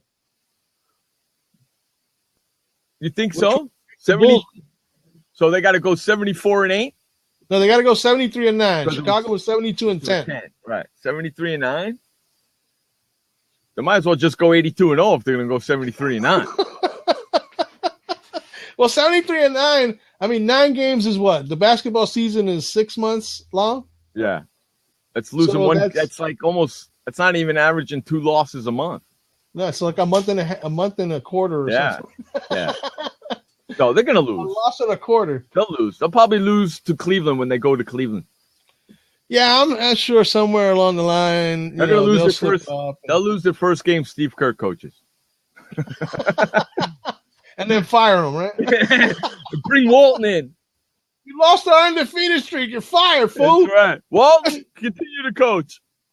We were planning on going 82-0. You just messed that all up. They're not going 80. Not even close to going 82-0. Hey, Christoph, do me a favor. Put that GIF in there that writes the Sports World Radio and all that one in there for me, please. The times? Yeah, the date and time. Yeah, please. Thank you. I know he's listening. That's why I said it. The ad GIF. Yeah, the GIF. Hey, GIF boy. Thank you. That's the one. Thanks, GIF boy. That would be GIF Master C. That's right. GIF Master C. GIF control. Thanks, buddy. Yeah. Sports World Radio every single Monday through Friday, 6 p.m. in the East, right here on Blab. If you're not following us, follow us. If you like what you're hearing, tell a little bird. Don't forget to tell the ant as well because she wants to hear it too.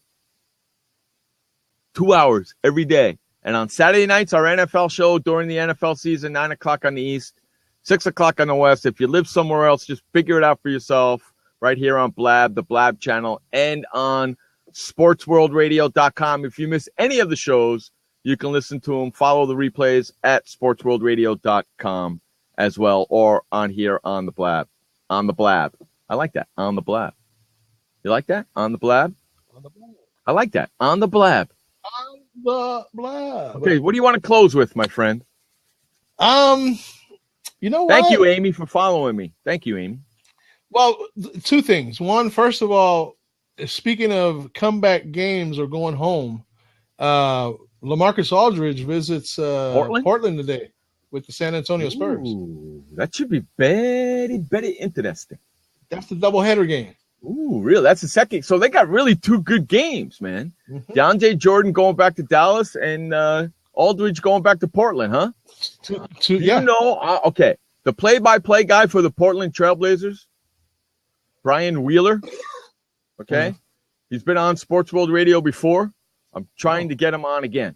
Okay. Trying to get the play-by-play guy for the Portland Trailblazers on again with us, but it's hard to get him during the NBA season. I have to swing it during the All-Star break, I think.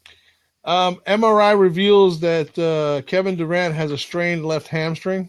That means he won't be playing for a couple of days. Yeah, he'll be down. He'll be down for at least a week. At least a week. Yeah. At least minimum a week. Rockets guard. Who? Rockets guard Patrick Beverly got arrested on traffic violations.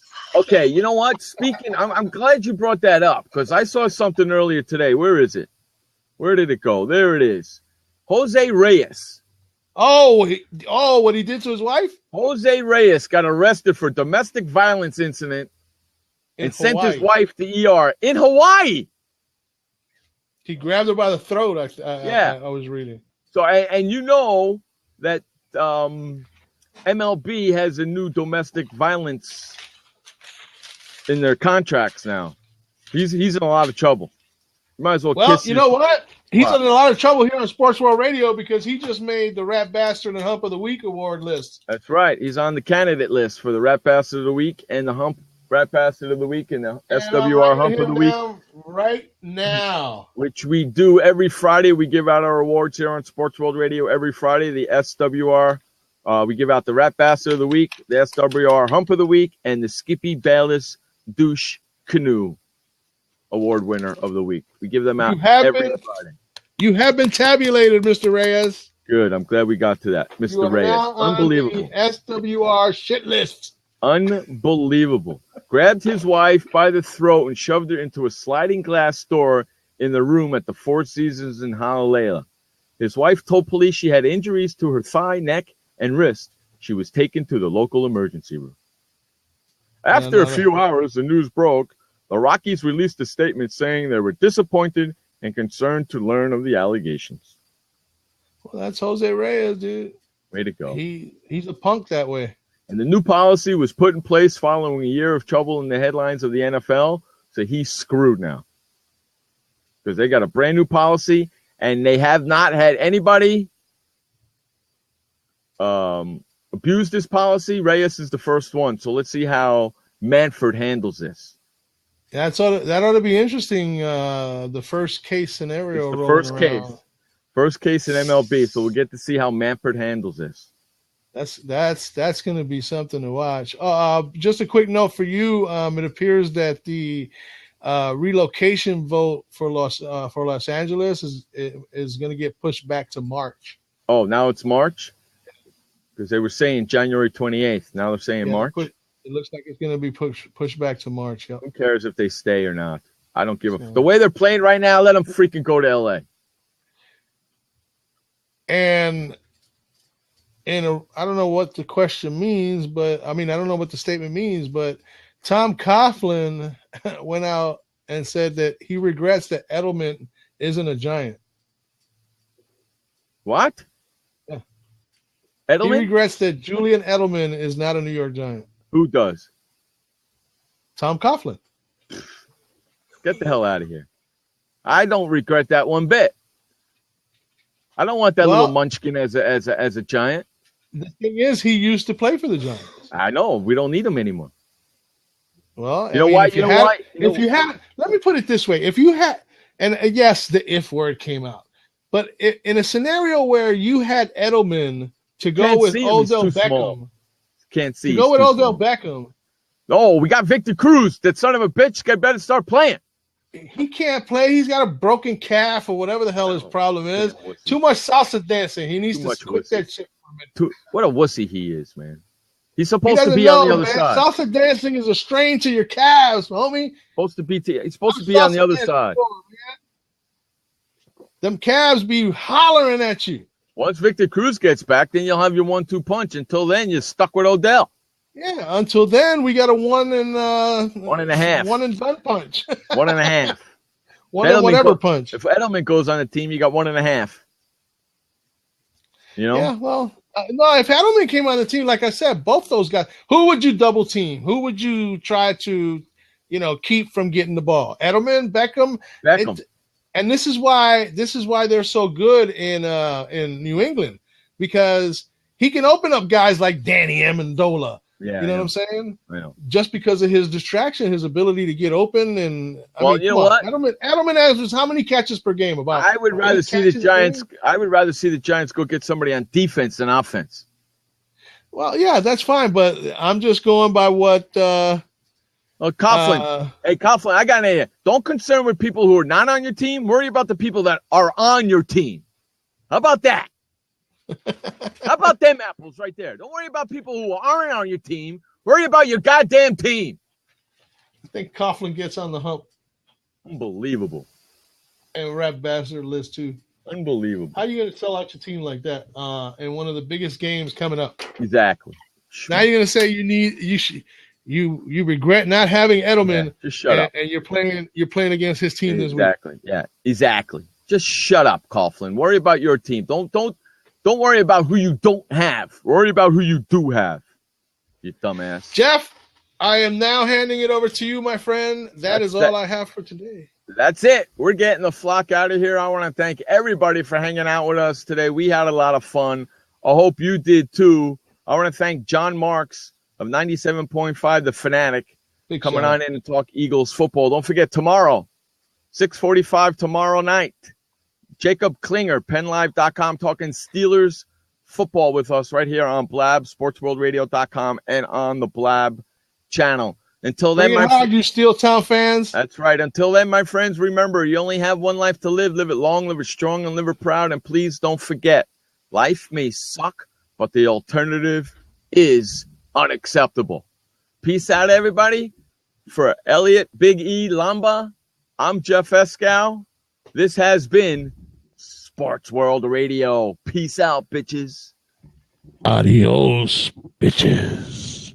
Crack on everything sports, you've come to the right place. Welcome to Sports World Radio, the fastest two. Thanks for listening to Sports World Radio with your hosts, Jeff Escow and Elliot Big E Lamba. Online at sportsworldradio.com. Sports World Radio, the equal opportunity ripper. We'll catch you next time.